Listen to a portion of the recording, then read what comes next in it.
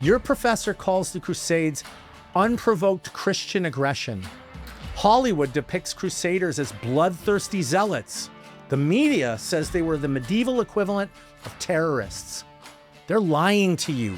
By 1095, Islamic armies had conquered 2/3 of the Christian world. Jerusalem, Antioch, Alexandria, Christianity's holiest sites under the sword. Convert, pay the tax, or die. Those were your options. When Urban II called the First Crusade, it wasn't conquest, it was liberation. Christian knights didn't start a war. They finished one that had raged for 400 years. But here's what should terrify you. Look at London today, Paris, Stockholm. Churches closing, mosques rising. The same territories Crusaders bled to defend are surrendering without a single sword drawn. History is repeating. This time, we're inviting the conquest. Subscribe right now. This is the history they desperately don't want you to know.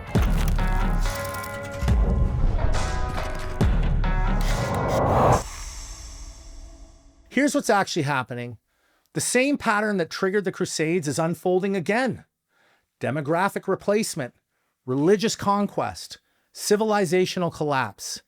Except this time, we've been programmed to celebrate it. Sweden, where Viking warriors once made empires tremble, now is no-go zones where police won't even enter. France, home of Charles Martel, who stopped Islamic expansion at Tours, watches Notre Dame burn while authorities investigate.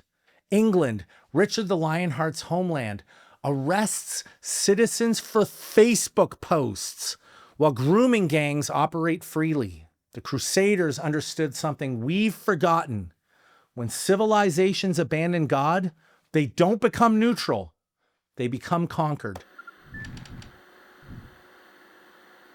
Let me destroy every lie you've been taught about the Crusades with historical facts they don't want you to know. From 632 to 1095 AD, Islamic armies conquered Christian lands from Spain to India. They took Syria, 634, Jerusalem, 638, Egypt, 639, North Africa, 698, and Spain, 711. 2/3 of Christendom gone. In conquered lands, Christians faced the triple choice: convert, submit and pay crushing taxes, or die. Then came the Seljuk Turks.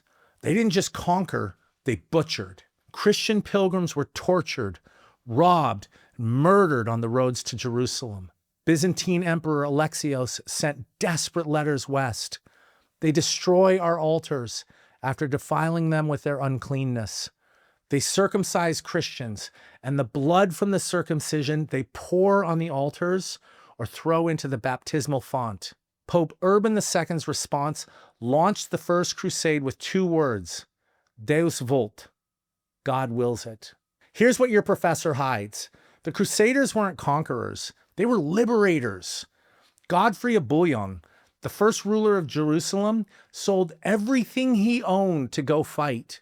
He refused the title king, saying no man should wear a crown of gold where Christ wore thorns. Raymond of Toulouse spent 400,000 silver marks, his entire fortune, to fund the crusade. These weren't treasure hunters. They were men who understood that some things matter more than life. The Crusades worked.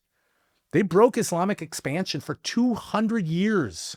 Without them, there's no Renaissance, no Reformation, no scientific revolution. The University of Paris becomes a madrasa. Aquinas never writes. Dante never poets. Western civilization ends in the 11th century. Blessed be the Lord my rock, who trains my hands for war and my fingers for battle. Psalm 144, verse 1. Every Crusader knight prayed this before battle. They knew what modern Christians deny. Sometimes love requires a sword. But we've been taught to be ashamed of men who saved our civilization. And now, having forgot what they fought for, we're losing it without firing a single shot. Want to know why Europe crumbles while their ancestors conquered? One word: apostasy. Medieval Europe's strength came from one source, faith. When Godfrey of Bouillon took Jerusalem, his first act was prayer. When Richard the Lionheart faced Saladin, he carried the cross into battle. Those men didn't fight for ethnicity or economics.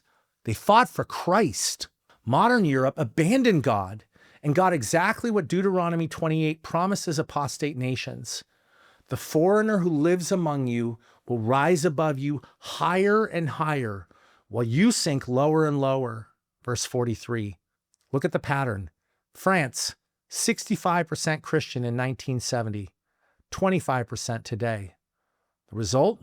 Hundreds of churches converted to mosques, entire neighborhoods under Sharia, teachers beheaded for showing cartoons. UK closes 50 churches yearly while opening 423 mosques. London elected a Muslim mayor who calls moderate Muslims Uncle Toms. Germany cancels Christmas markets for cultural sensitivity while migrants assault women on New Year's Eve. And what's the Christian response? Turn the other cheek, they say. Jesus was a pacifist, they claim. Let me expose this lie that's destroying the West. Here's the truth about modern Christian pacifists. They preach peace from behind walls built by warriors and maintained by police. Every pacifist is a parasite on the violence of better men. They condemn the sword while sleeping under its protection.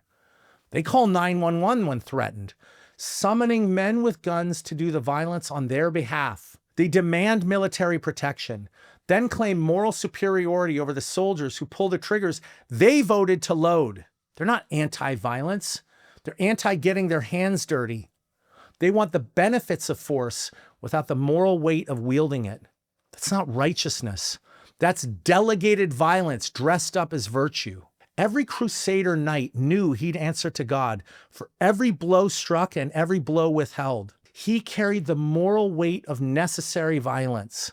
Modern pacifists, they subcontract their killing and call it Christianity. Jesus said, "But now, if you have a purse, take it, and also a bag.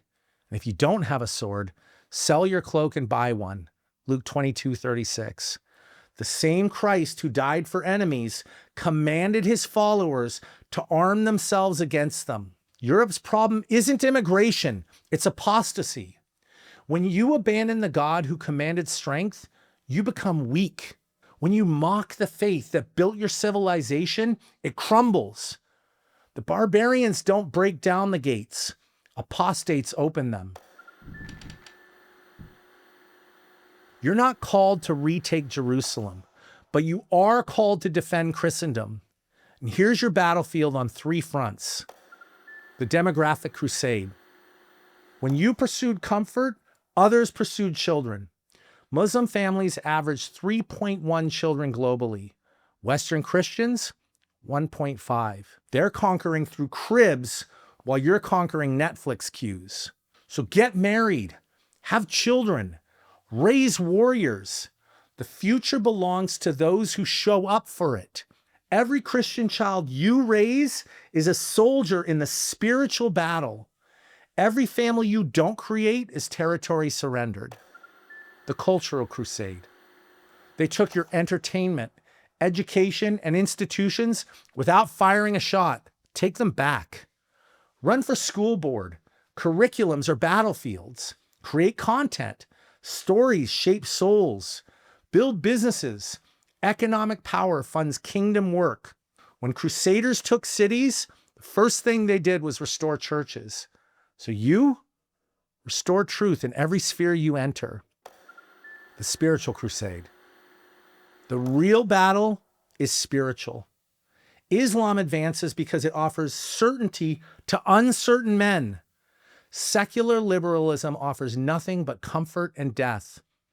Only robust Christianity can defeat both. Join a church that preaches hard truth.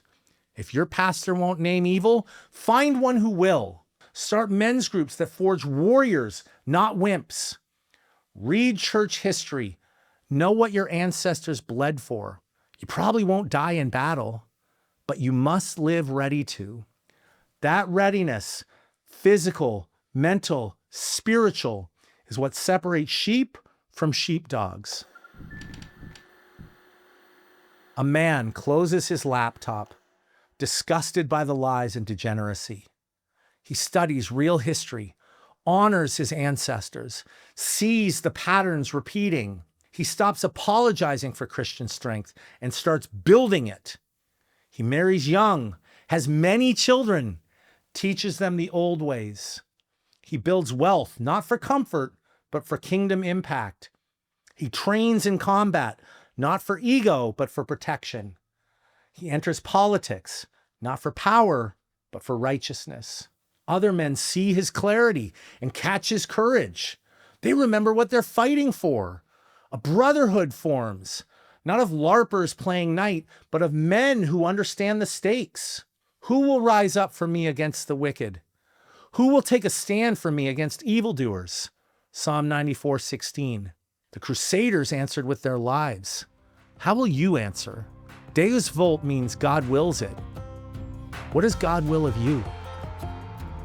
The Alpha Path continues. Subscribe now.